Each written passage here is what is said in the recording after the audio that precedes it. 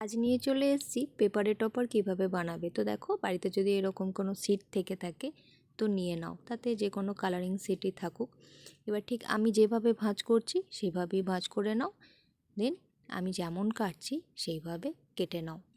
তবে কেকের ওপর বসালে কিন্তু একটু চকচকে টাইপেরই পেপার নেবে। দেখো আমার কাটা হয়ে গেল, ঠিক এরকম শেপটা আসবে। এবার দেখো ঠিক সোজা দিক থেকে মরানোটা কিন্তু স্টার্ট করবে, উল্টো দিক থেকে করলে কিন্তু ভাঁজটা পিছন দিকে চলে যাবে। তো আমি যেমন পরপর মুড়িয়ে নিচ্ছি ঠিক ওইভাবে আস্তে আস্তে কিন্তু হাতের একদম প্রেশারটা শেষ পর্যন্ত কিন্তু দেবে। এই দেখো, এই শেষটাও কিন্তু এইভাবে দিতে হবে, নাহলে ভাঁজটা কিন্তু ভালো আসবে না। তো দেখো আমার মোটামুটি হয়ে গেল এটা। আমি একটুখানি খুলে দেখাই, দেখো কি সুন্দর ভাঁজগুলো এসেছে, তাই না? এবার ঠিক এই নিচের দিকটা জড়ো করে একটা সুন্দর করে সেলোটেপ আটকে দাও।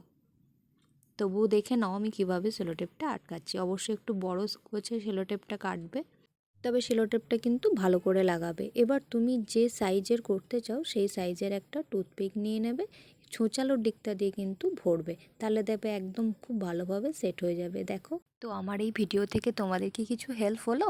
তাহলে অবশ্যই কমেন্টে জানিও। আজকের মতো টাটা।